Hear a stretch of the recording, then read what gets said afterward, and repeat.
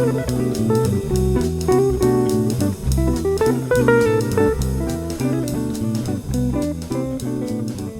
Wilcox, we're really thrilled that he could come down today. He's got long roots on the Cape and in Orleans, and has run the Falmouth Road Race, what, 4 times? Four times Four and times, 8 in total. So really glad to come, that he could come today. He has spoken at the World Economic Forum in Davos. He has done TED Talks. His company just won a prize, and he is speaking at the Autodesk conference at NVIDIA in San Diego in a couple of weeks. So the fact that he can kind of take time out for his local peeps is just really great. But it also speaks a lot to who he is. And I have it on good authority that he plays a killer sax. So with that, I'm going to turn it over. Russ, thank you very much. Thank you, Steve. Everyone, thank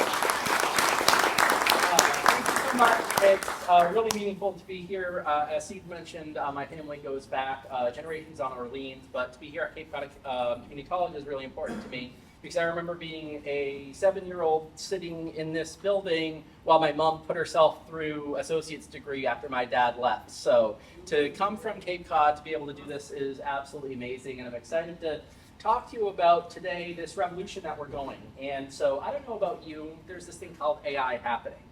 And when you think of AI, you might think of this. Here we have 2 of our greatest presidents enjoying a meal together. But as you know, that there are substantive issues with AI around ethics, around misconceptions, and I want to be a proponent say AI is more than this. And so I'm going to start off this talk about just giving you an idea of what AI is, and then transitioning to that some applications and then showing you a demo of how it impacts not only local communities here in Massachusetts, but around the world. So let's talk about some misconceptions about AI. Skynet's coming, guys, right? We see this, the world is ending. No, it's not. It is evolving. We are in a new era where Skynet is not going to change things, but rather AI is a very good imitator. So if you've used Claude, if you've used ChatGPT, it's not true knowledge. New science is not being created. New thinking is not being created. It just has the ability to understand linguistic properties such that it can imitate things very well. And that's not to say that that's a dig on AI. If you think about a child, how do they start learning? They start learning through imitation. So I'm here saying that this is not happening, this is happening, not Skynet. Secondly, AI is going to take my job. We've heard this. We've seen this concern. Again, what did I just say? AI is an imitator. It's not a thinker. It's not going to be AI that takes your job. It's going to be someone who knows how to use AI that will. AI is able to supercharge your ability to do what you do best. So take about whatever you're good at, whether it's physics like I was, whether it's town planning, whether it's law, be able to transform your ability to do your job 9x, 10x, 11x. That is what's going to happen. AI is not going to replace how we think, but it's going to optimize how we think and how we're able to grow as a society. Next, AI is new. 2023, this thing called ChatGPT came out. OpenAI released it. It was in the works for about a decade. And oh my God, we can now chat with information. We can have information at the snap of our fingertips, more accessible than Google. And it's a new thing. Now, actually, AI has been around since the 1950s, started by a guy named Claude Shannon out of MIT in, I think, 1954. And it's only really within the last 24 years we've started to be able to get compute power. And then since 2012, we've really be able to harness this. So in fact, if you've ever taken elementary statistics class and you've had to calculate the trend line, congrats, you've been doing AI since you were a kid. We've just supercharged our ability to do that, make it think, make it reason, and allow us to really understand the world in a new way that we haven't thought about. And the last thing is, AI is for big tech. So before starting my startup, I worked for Peapod Digital Labs. So if you've ever had to have Stop and Shop deliver your groceries to you, and you got strawberries instead of sugar. I'm sorry, I'm the guy who wrote that substitutions model. And so AI is, of course, heavily geared to big tech because they have the data, right? It's not just about the financial resources. They've been able to aggregate this information for the last decade. But what if I told you there is a better data aggregator than Google? There's a better data aggregator than Netflix. And that data aggregator is your local town hall. Think about it. Humans have been writing things down for the last 3,000, 4,000 years, and we've gotten really good at keeping these paper records. But what happens to those paper records? They're sitting in an office, in an archive space, unused by the vast majority of people, just waiting to be unlocked. And so if we think about all of the great statistics saying, oh, in the last 4 years, there's been more data generated by these things than in human history, you're right. But my question is that useful data? Does that give us a perspective on history? And so once we change the way we think about AI, we're able to understand the world in a new way. So before I get into how AI influences town halls, local government, I want to introduce a little esoteric idea out of urban planning called the TiVo hypothesis. And congrats if you haven't heard this, you now have a new factoid that you can learn, but it's something shocking. Voters vote with their feet, meaning that I, as a voter, as a resident of Quincy, I choose to live in Quincy for a reason, whether it's due to taxes, whether it's due to the schools, whether it's due to my economic opportunities. And so essentially what we're able to say is that people choose to live where they are based on local services. And this is an ideal state. We're not talking about housing crisis, we're not talking about all of this. So I want you to think about a perfect, idyllic society where everything's working, there's pure competition, but towns differ. Falmouth might offer something a little bit different than Mashpee, that offers a little bit different than Orleans, that offers it a little bit different than Boston. And so what this happens is this creates a marketplace for people. And so what happens is that the towns have to adapt in order to compete, to attract residents. Why do they need to attract residents? Tax revenue. We all want to be able to live in a good place. We want to be able to have a great school, but we need people to pay taxes to do that. And so in an ideal state, perfect world, this could lead to more efficiency. It could emulate the perfect market. But we don't live in a perfect world. The decisions we make sometimes are not the best things in the world, and it leads to inequality, inefficiencies. And so what happens is that these decisions impact towns in a way that we can't even really predict. Because we live in a system, a complex adaptive system that changes over time, and we have no strong visibility into that. So let's take a look at this. We are a town. We have the ability to fall into kind of three groups. We could have a growing population and say, this is great, but that has a downside. Maybe that you're growing too fast. Maybe there's gentrification, there's affordability crisis, but you don't really know that because you don't have the information to be able to quantify that. But you say, wait, there's this thing called the census. Well, the census data lags on by about 2 to 3 years at best. And then you might have the Goldilocks zone, the town that's steady, it's nice, people go there, but it's not growing.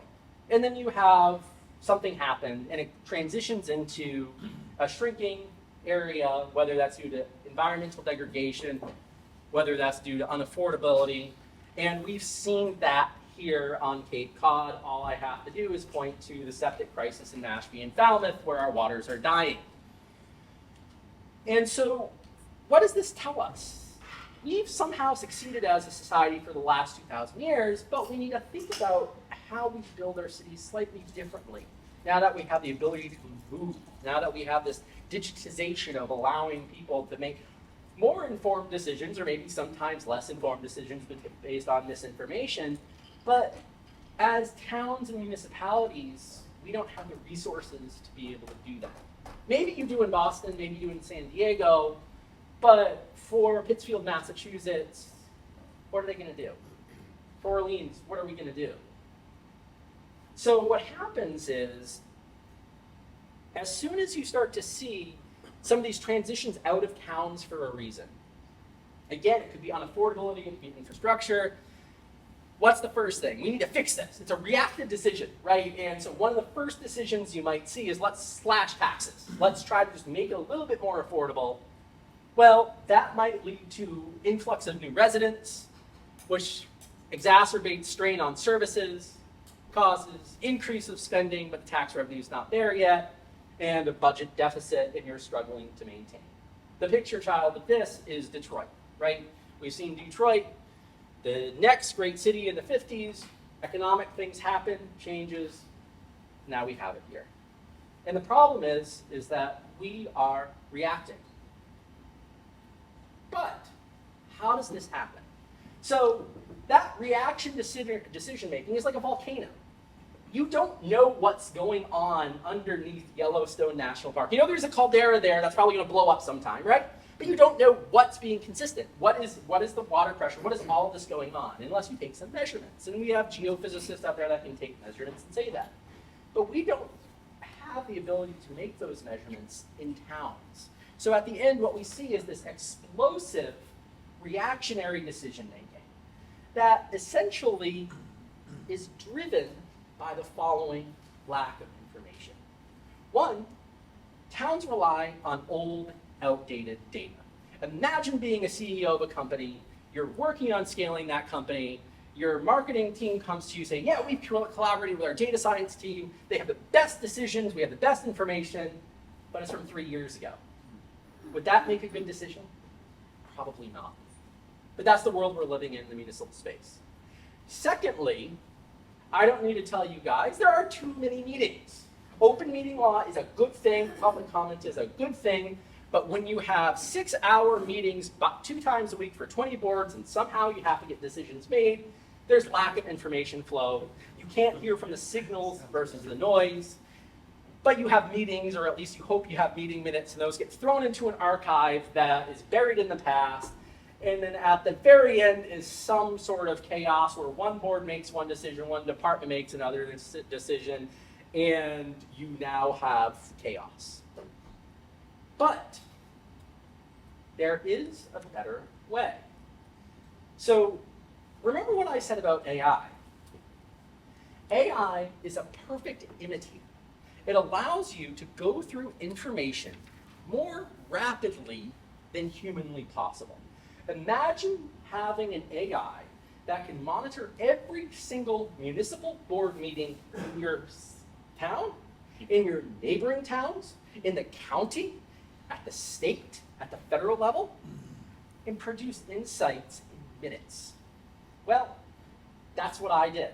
I got involved with a local zoning initiative back in 2020 and realized that this was inefficient, and I said there has to be a better way.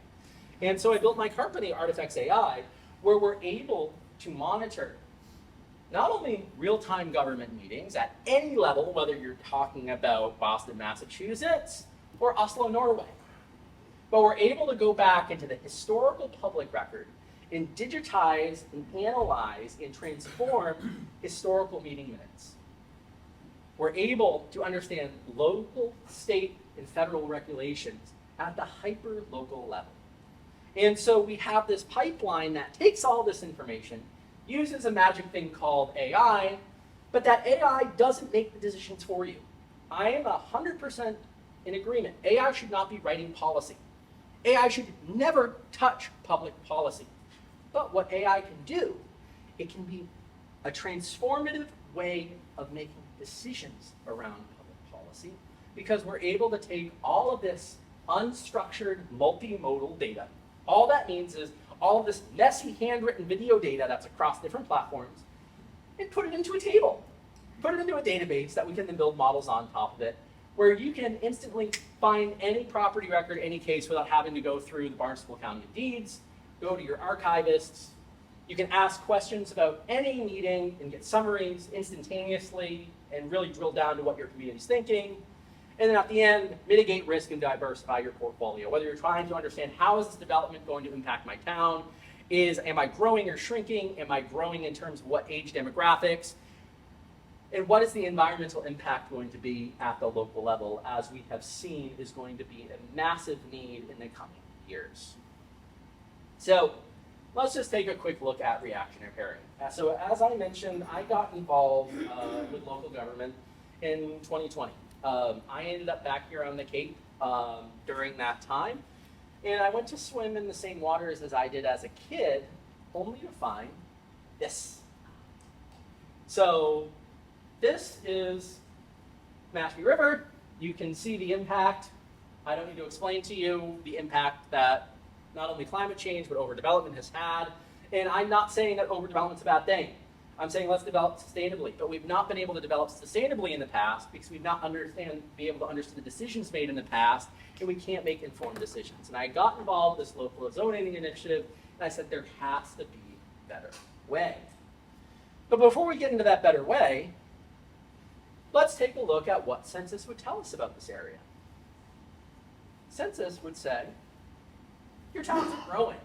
So since 1990, Mashpee has grown over 234%. It's been consistently in the top 5 growing towns the last 10 years. Falmouth has grown 15%. But is this actionable?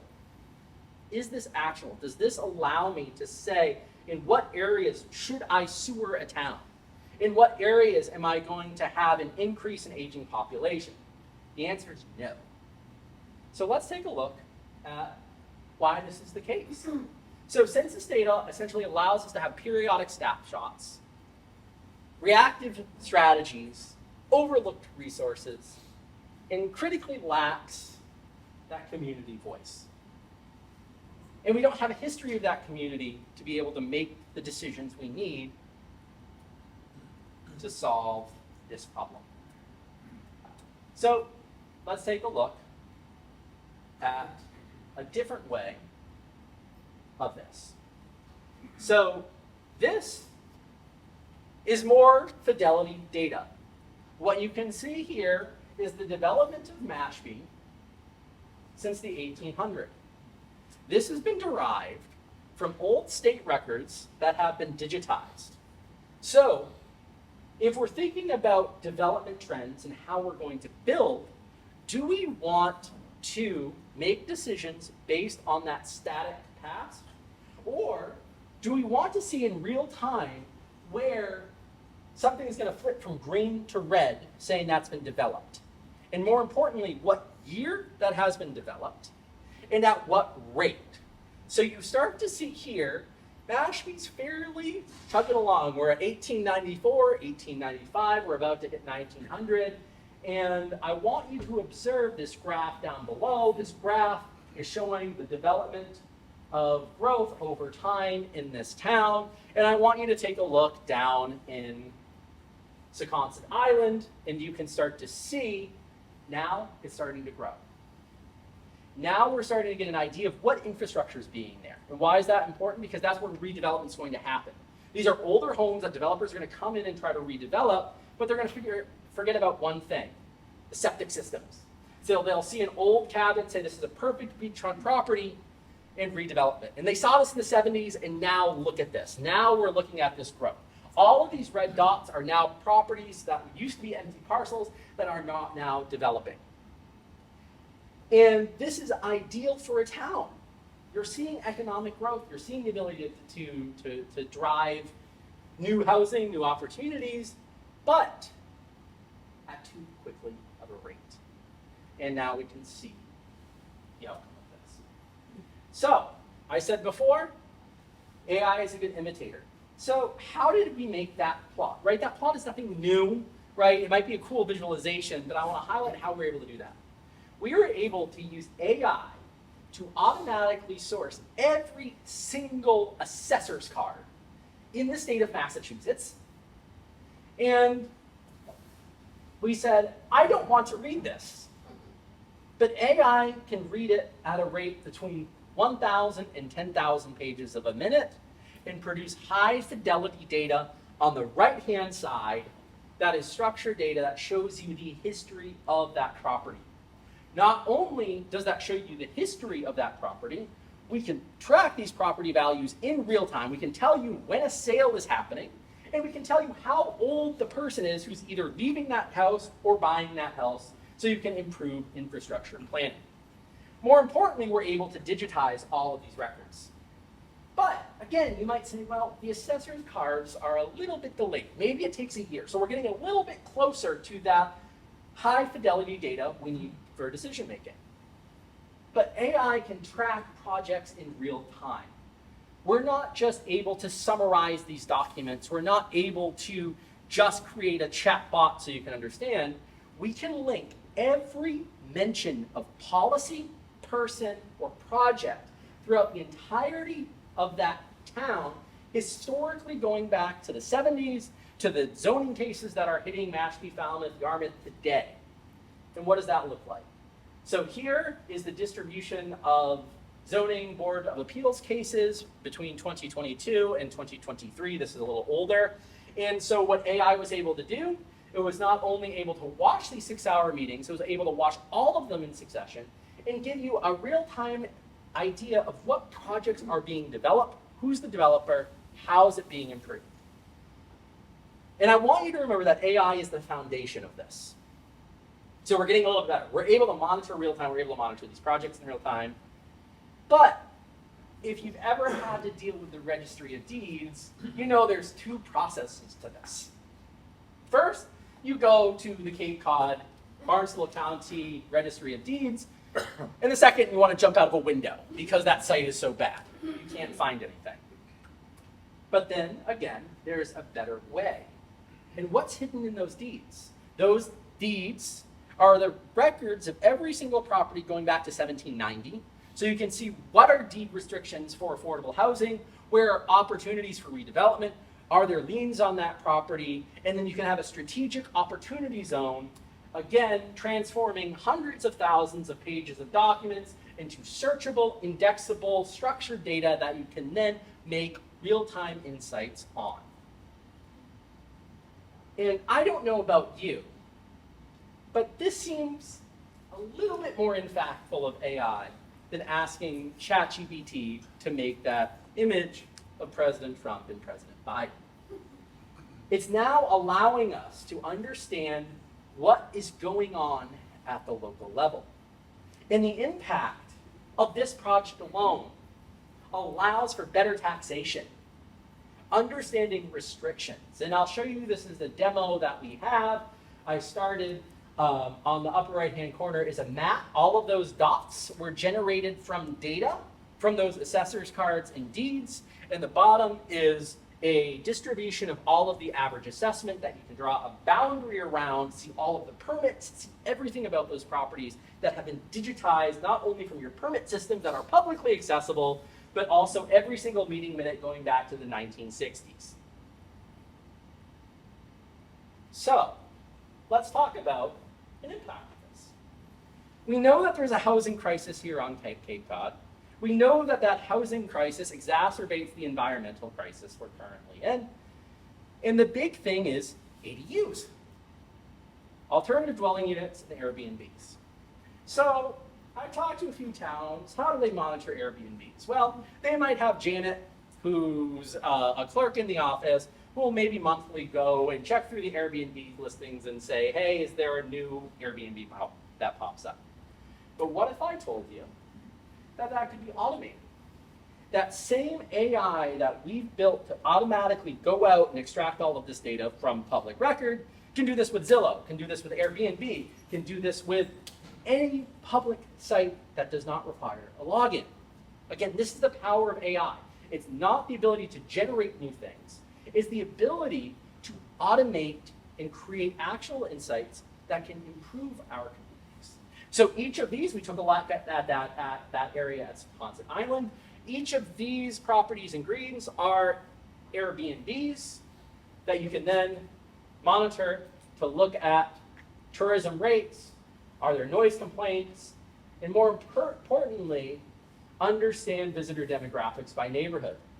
And you might be saying, Russ, how do you get an idea of who's visiting that Airbnb? Sure, I can believe you that it is booked. I can believe you that you can get to within some uncertainty of this lots and Airbnb.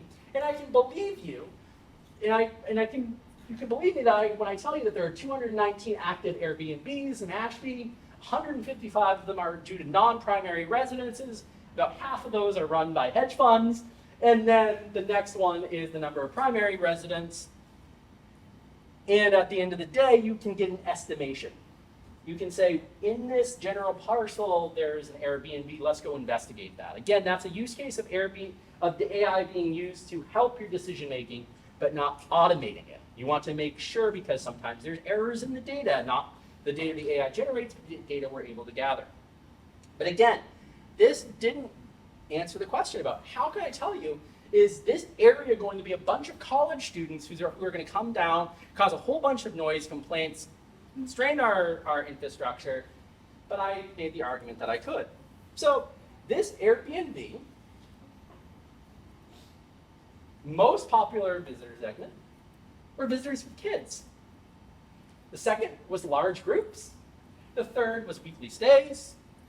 And the visitor demographics, top ranked, were 20s to 40s, with the long tail being 40s, 50s, and 60s. And unlike static census data, this real-time information can be used to enable agile, targeted urban planning and taxation strategies, and then take this idea and scale it to every single property in your town. So how did I do this? Well, we don't get direct observations on things. So Donald Rumsfeld, no matter what you think of him, had a great statement back in 2001.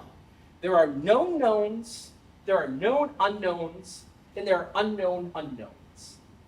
Right now, municipalities operate in that unknown space. And what we want to do is we want to shed light on that and make those known unknowns. We know something about them, but it's a little bit uneasy. So how do we do this? Public information. So we take a look at every single one of those Airbnbs and we see who reviewed them.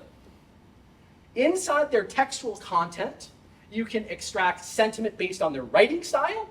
You can ethically look at their images to get an estimation for their demographics. And then there are flags embedded within that data to say if they stayed with kids, whether this is long-term, you can monitor the bookings of their stays and get a point estimate of the demographics on that individual.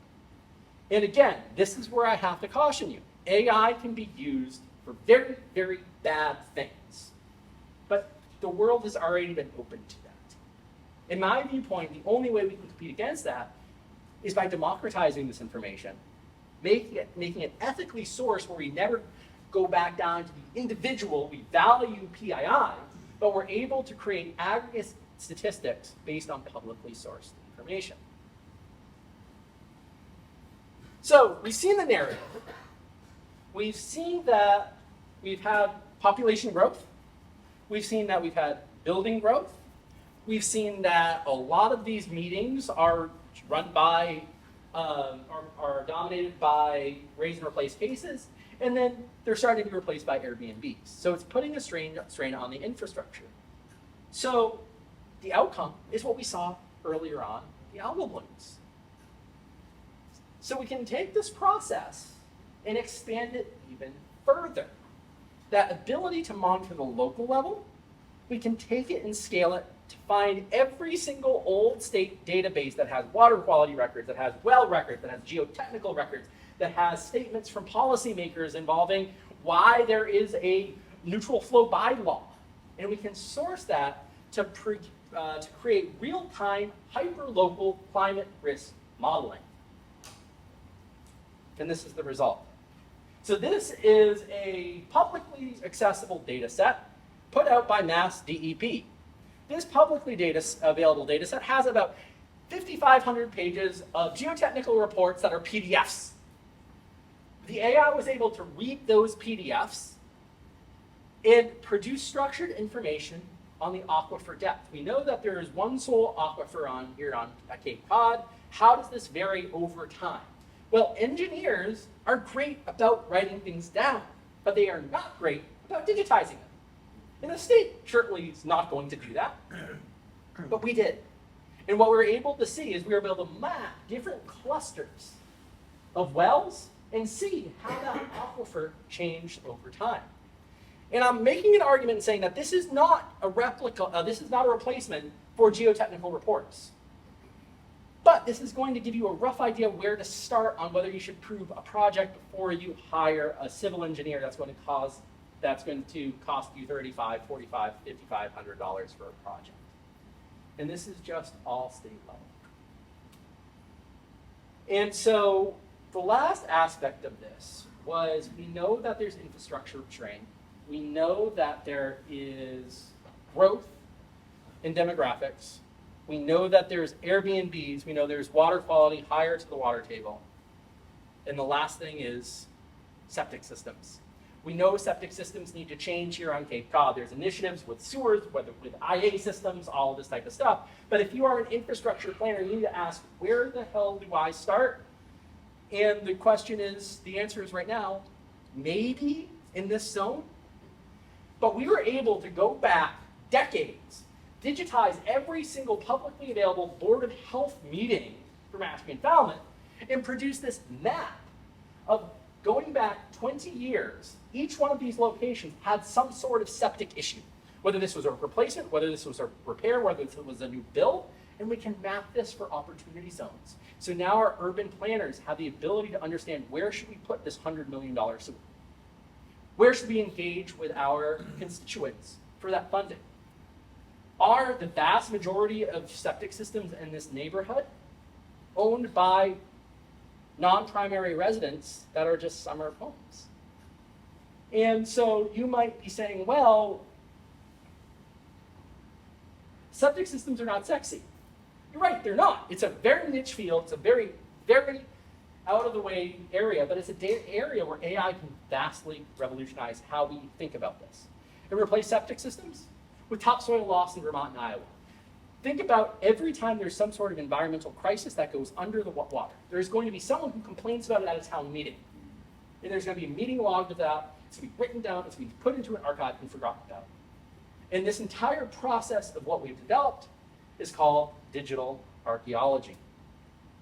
And at the end, what we're able to do is we're able to take all of that information, structure it, organize it, constrain it, and then use AI to create an automated report.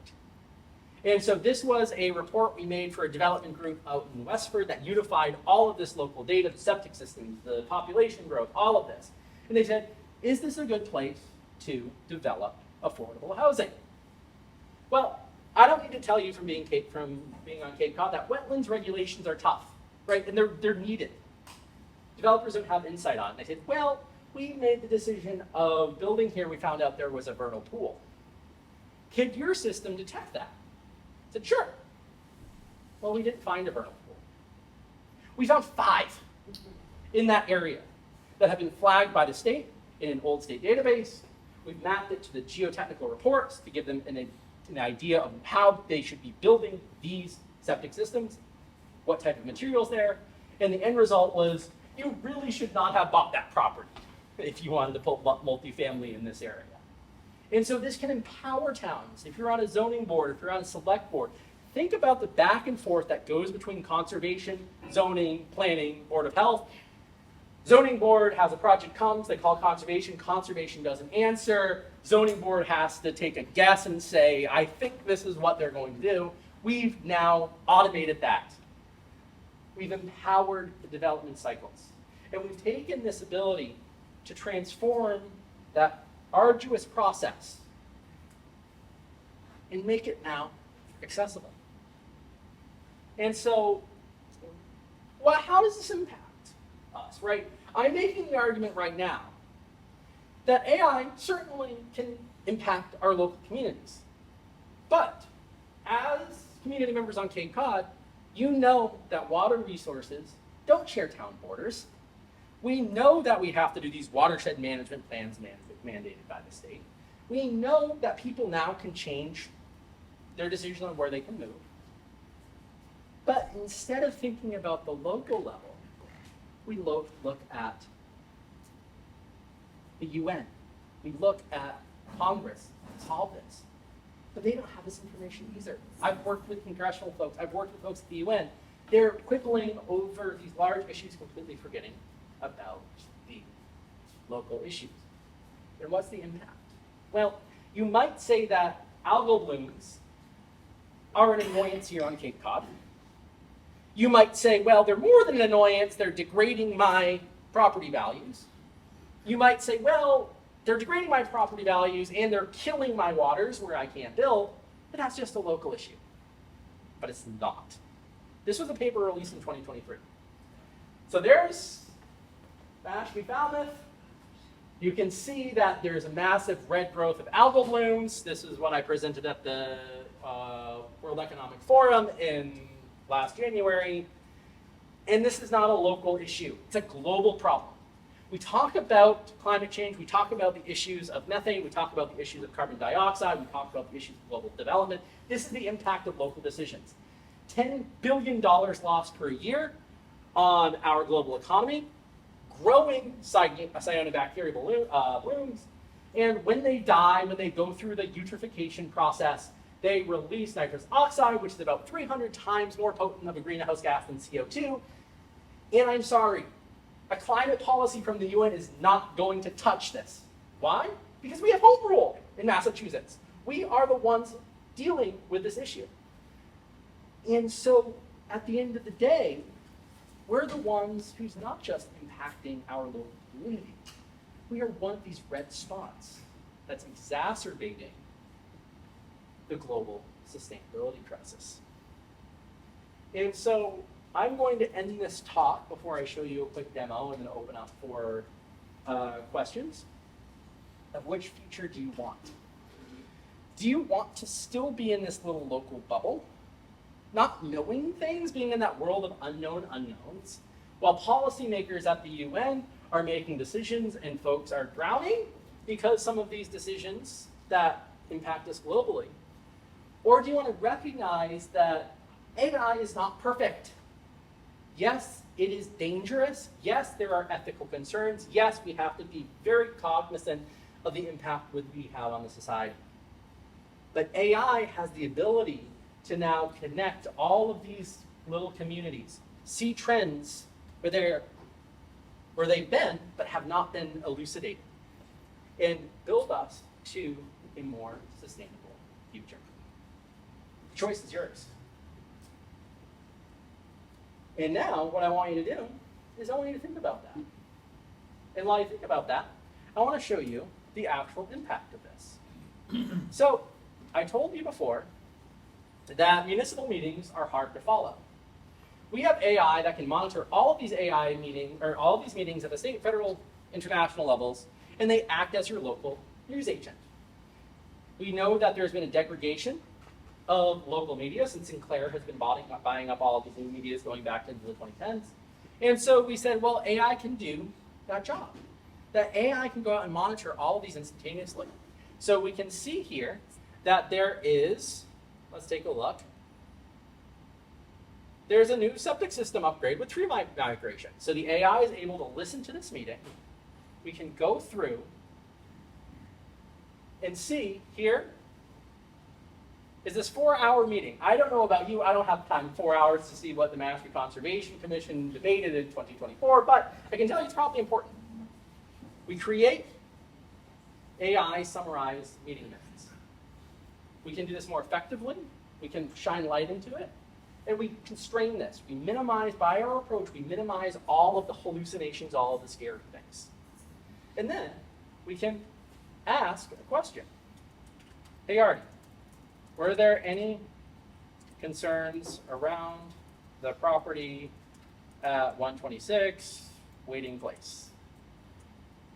I will say that one of the challenges that we're encountering is just cleaning up some of these names. So Waiting Places, Waiting Place, those are messy transcriptions. That's going to get better and better as the technology grows. But now you can see that there are some concerns. You can interact with this meeting in real time. Well, that's great. How does that impact? Well, I can then go to our municipal archive, and let's see where there are mentions climate change. And we're able to source through every single publicly accessible meeting in this town going back to 2015 that's been on video. And you can drive down see the summary, and then again, see what happened immediately. And that's great. But we're only getting maybe the last 10, 15 years, because that's how long YouTube's really been used for. Well, we can then digitize all of these documents and find every semantically relevant instance of specific projects, download those meeting minutes, view them in real time for the entirety of these records. So this is digitization on steroids. And this information has then been transformed into structured data where you can start to see the impacts of decision making. So let's go ahead, go down back to Secaucet Island. It'll take a minute, the Wi-Fi is not super great here.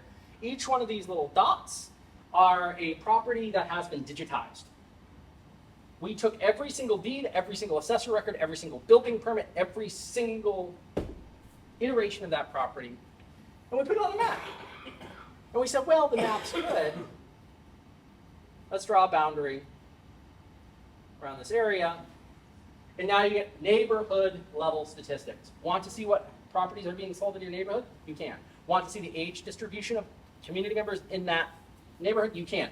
Want to implement a new tax reduction for citizens who have lived here for more than 10 years that are 65 or older? Now you can assess the actual impact of that. Because we're able to get down to this neighborhood level. And then, the screen's a little tight, I can see. There we go. We can take all of those meetings that we talked about and link them to what cases historically have been there. Was it someone doing a septic repair? Was it someone putting a dock on? Who was the lawyer? Was it approved? Why was it approved? You now have a specific instance of that property that is continuous in time. And all of this is what AI did for us. And the last part is saying, well, maybe we don't have all the data. Maybe we missed something. You're looking for a report on climate change and you don't see it in our database. That's okay. You can search for it. Let's search for water quality concerns. This is not in our database. The AI is going out and reading all of the code of the public website to find all relative instances and immediately return back to you all relevant reports that you can chat with, that you can then see in real time, whether this is a state report, whether it's a federal report, whether it's a local report, and now you have access to that information. And there's a lot here. And what you see here and how we work with municipalities, this is just a foundational layer. We are in conversations with municipalities across the country to then take this and create customizable solutions on top of that.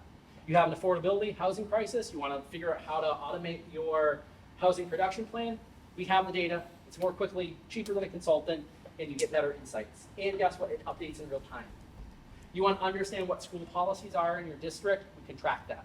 You want to understand what the impact of a federal decision is on public health concerns in rural Oklahoma. We've done that. We've worked with Congressman Hearn to understand where are discrepancies from the VA system hitting our local level. And so my goal of this talk was to say that AI has a way of transforming the way we look at society. We can now unearth all of the information that has been lost to the annals of time. It is up to us how we do it. And at Artifex, we believe that AI is not just a sole solution. It's a part of the bigger puzzle that allows us to tackle these seemingly insurmountable problems. So we can go down the way of let's ban AI, let's prevent its use, or we can say there are ethical, societally impactful ways to use it, and that's what we're doing at ArtifexAI. Thank you.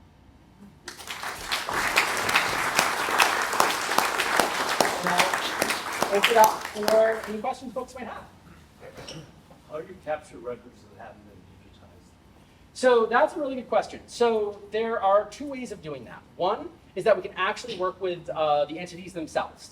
So for example, we have several RFPs out actually working for cemeteries, doing exactly what we've done to map lot records to specific lots, where we can scan them, take an image, and then we can just pass it through our models. That's one. The second is oftentimes they are digitized, but they're poorly digitized. And so they're in old, crappy PDFs. They might be handwritten notes. Our technology is very scalable to go out, get those reports, digitize them, and then link that to every single other piece of publicly accessible information, so you then have a confidence score on whether that property record is true or not.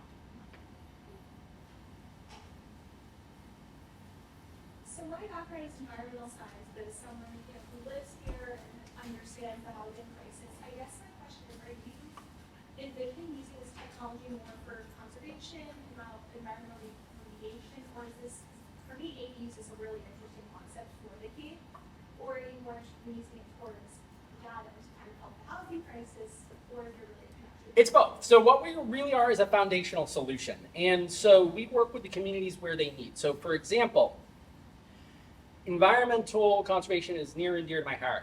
And so one of the aspects that we can do are some of these hyperlocal climate reports, monitor these meetings. And you might say, well, that seems like a lot of work. No, with our technology, we're able to just pivot slightly and apply to that use case. So one question that I have is, do you know where every permitted ADU is on the Cape?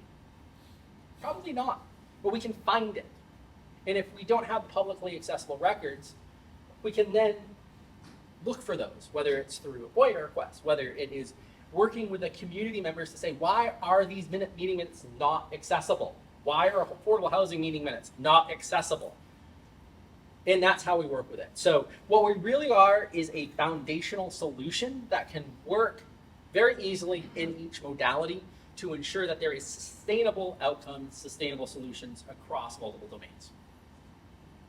How receptive has government been to this? Because you're extracting the truth, right? Yes. It depends on the local government. It really depends. I've had great conversations with some boards. Other boards that I thought would be very receptive just ignored me. And you start digging and you find reasons why. One of the interesting applications we are starting to apply this to is at the state level now. So at the state level, there is no concept of open meeting, right? In order to monitor all of the legislative sessions, all the Senate hearings, all the congressional hearings, you actually have to go to their custom website and sit through 3-hour meetings. That's not very democratizable. And so, yes, the answer is we're probably going to piss some people off. But the alternative is not good either. And so what we try to do is we try to work with municipalities where they are at. And AI can be scary. But we can say, well, are there grant opportunities that are available to help you remediate your waters that require a community need portion that you're just using census data for, or you don't even have a person for? Let's use that as a starting place. Because I'm all about finding common ground.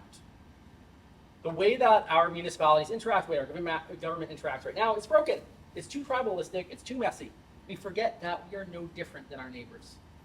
And so how do we find those common pieces of concern and start there? And that's where we try to start with those conversations. Yes. This is unbelievable.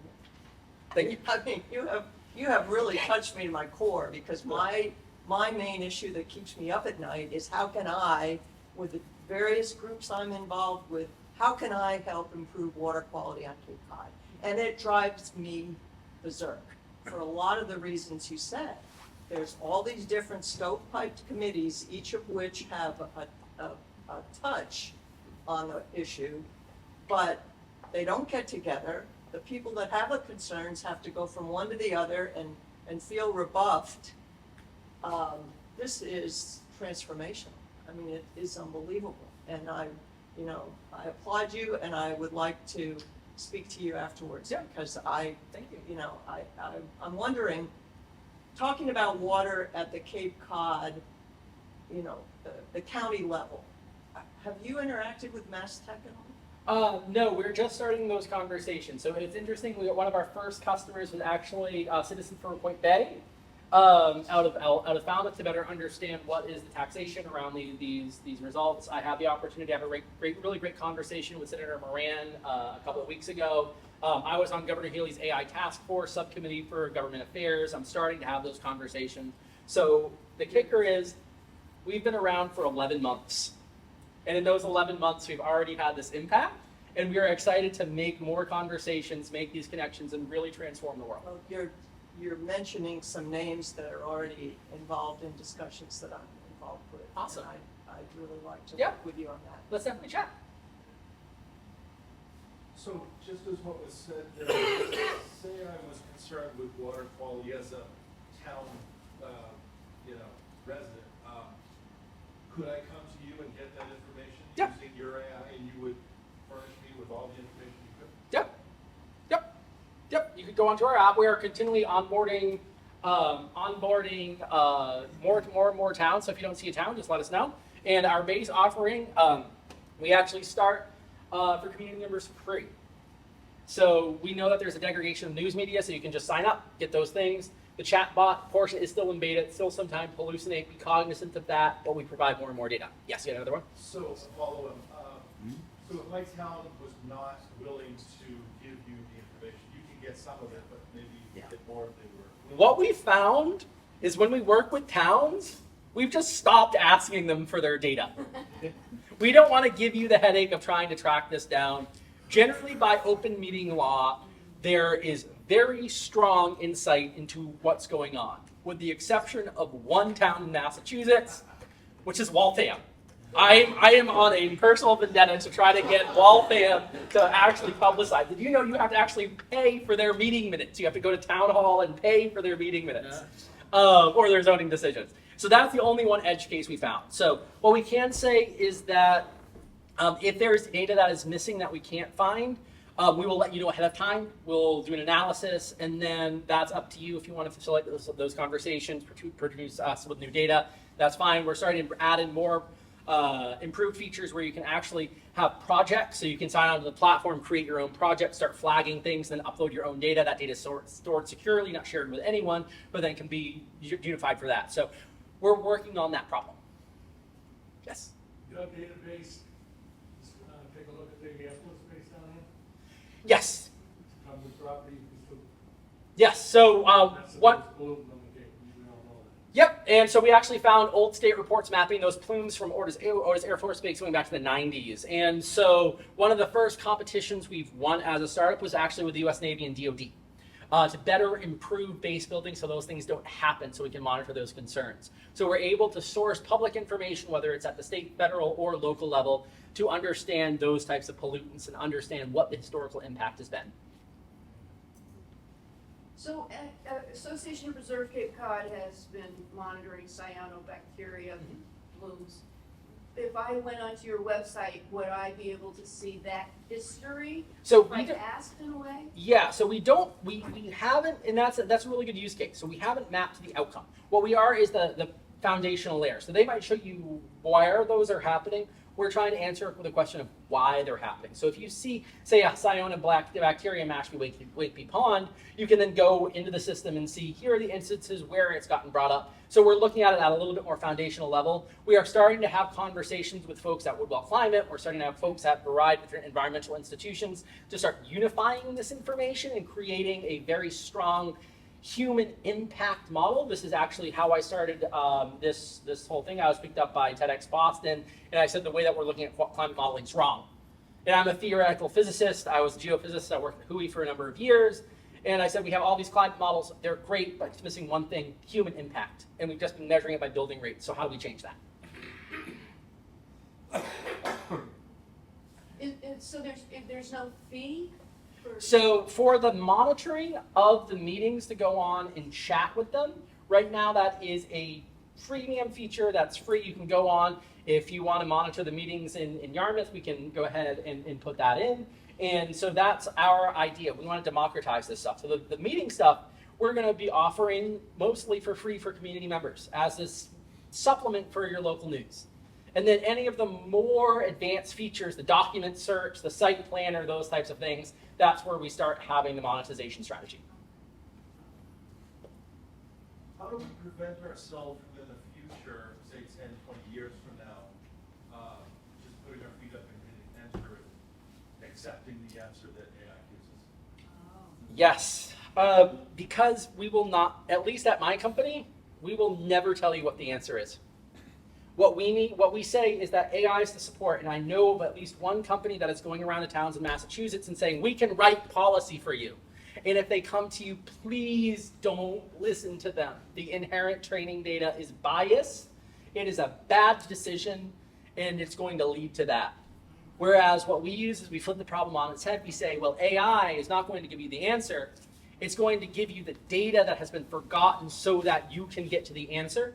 And if you want recommendations in the future, we're able to tie this data together, but we will never write policy for you. And so from an AI ethics standpoint, I work closely with Boston University. We have a lot of talk about that. Is how we prevent this brain drain that potentially is coming. And I think it's not going to be a brain drain. It's going to change the way how we think. If we think about education for the last 100 years, it's been driven by the Industrial Revolution.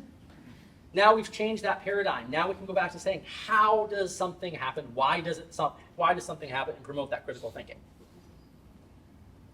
So we're coming up on the top of the hour, so why don't we wrap things up here. Russ, thank you so much. This has been absolutely fantastic. Thank you. Thank you all for coming.